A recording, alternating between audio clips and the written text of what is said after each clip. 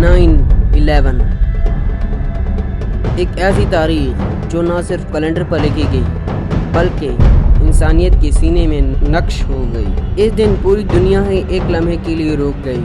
ایک طرف تھا امریکہ، وہ خود کو ناقابل شکست سمجھتا تھا، اور دوسری طرف ایک غیر معروف تنظیم جس کا لیڈر صرف چند ہی گھنٹوں میں دنیا کا سب سے زیادہ ڈرایا جانے والا نام بن گیا، اسامہ بن لادن۔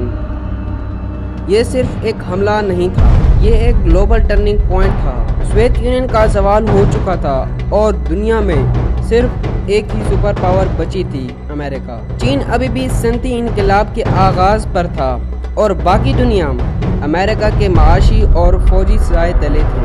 تبھی دنیا کے امن کو کوئی بڑا خطرہ نظر نہیں آ رہا تھا، لیکن 11 دسمبر 2001 کو سب کچھ ہی بدل گیا۔ ایک ایسا دن جس نے دنیا کی سیاسی اور عسکری تاریخ کا رخ ہی موڑ دیا۔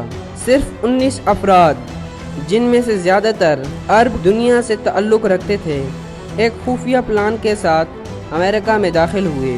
انہوں نے 4 مختلف جہازوں میں سوار ہو کر ایک کوآرڈینیٹ اسکویڈ اٹیک کا آغاز کیا۔ کسی کو خبر تک نہ ہوئی کہ عام مسافر بن کر بیٹھے یہ لوگ دراصل تاریخ کا سب سے بڑا حملہ کرنے جا رہے تھے۔ پہلا جہاز بوسٹن سے ٹیک آف ہوا۔ محض 15 منٹ کے بعد محمد عطا نے کوکپٹ پر قبضہ کر لیا۔ پائلٹ کو مار کر سارا کنٹرول اس نے سنبھال لیا اور ایک ریڈیو میسج کیا جو دراصل ایئرپورٹ ٹاور کے ساتھ جڑا ہوا تھا، لیکن حقیقت میں یہ جہاز نیو یارک کے آسمانوں کی طرف بڑھتا جا رہا تھا اور اس کی منزل تھی موت۔ صبح 8:46 پر پہلا جہاز ورلڈ ٹریڈ سینٹر کے نارتھ ٹاور سے ٹکرایا۔ ہر طرف خاموشی چھا گئی۔ میڈیا نے اسے پہلے ایک حادثہ سمجھا،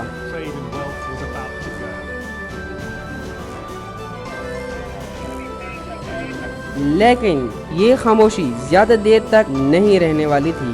17 منٹ کے بعد یعنی 9:03 پر دوسرا جہاز ساؤتھ ٹاور سے جا ٹکرایا۔ The whole building has collapsed? The building has collapsed. That's the southern tower you're talking about. Exactly, the second building that we witnessed the اب کوئی شبہ باقی نہ رہا، یہ حملہ تھا، یہ امریکہ پر اعلان جنگ تھا۔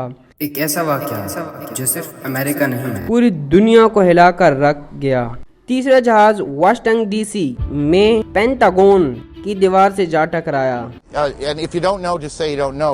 Can you recall a situation where every airport in the country had been shut down?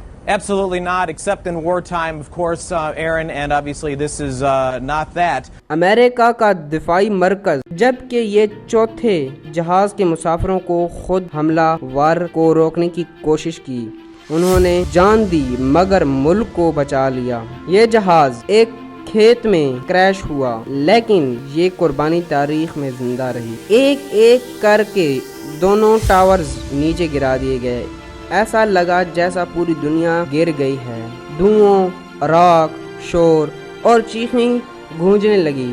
لوگ جان بچانے کے لیے دوڑ رہے تھے اور کچھ نے خود کو بلندی سے نیچے پھینک دیا تھا تاکہ وہ آگ سے بچ سکیں۔ یہ صرف ایک دہشت گردی کا واقعہ نہیں تھا، یہ امریکہ کی معیشت پر بھی ایک کار ضرب تھی۔ وال سٹریٹ بند ہو گیا، سٹاک مارکیٹس گر گئیں، لیکن جنگی طیارے بنانے والی کمپنیوں کے شیئرز آسمانوں کو چھونے لگے۔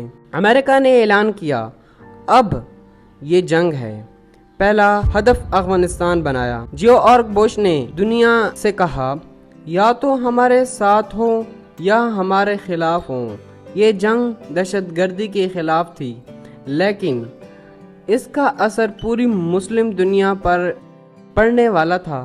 طالبان نے اسامہ کو پناہ دی اور امریکہ نے پوری ریاست کو میدان جنگ بنا دیا۔ نئی حکومت حمید کرزئی کے زیر قیادت بنی، لیکن کرپشن اور عدالت کا استحکام نے افغانستان کو سنبھالنے نہ دیا۔ 2003 میں امریکہ نے عراق پر حملہ کیا بغیر کسی پختانہ ثبوت کے۔ کہا گیا کہ صدام حسین کے پاس مہیا ہتھیار ہیں، لیکن ایسا کچھ نہ نکلا۔ 2011 میں ایک خفیہ آپریشن کے ذریعے امریکی نیوی سیلرز کی ایبٹ آباد میں اسامہ کو مار دیا گیا۔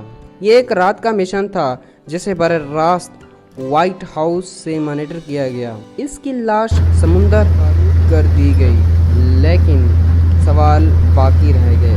20 سال کی جنگ، $8 ٹریلین، لاکھوں جانیں، نتیجہ امریکہ چلا گیا، طالبان واپس آ گئے۔ دنیا نے سکھایا افغانستان ہمیشہ سلطنتوں کا قبرستان رہا۔ 9/11 میں نہ صرف عمارتیں گرائی گئی بلکہ اس نے قوموں کو توڑا، نفرت بڑھا دی گئی اور اسلاموفوبیا کو ایک نیا چہرہ دیا۔ آج 2 دہائیوں کے بعد ہم صرف یہی سوچتے ہیں، کیا اس جنگ میں کوئی واقعی جیتا یا سب کچھ صرف سیاست کا کھیل تھا؟ سبسکرائب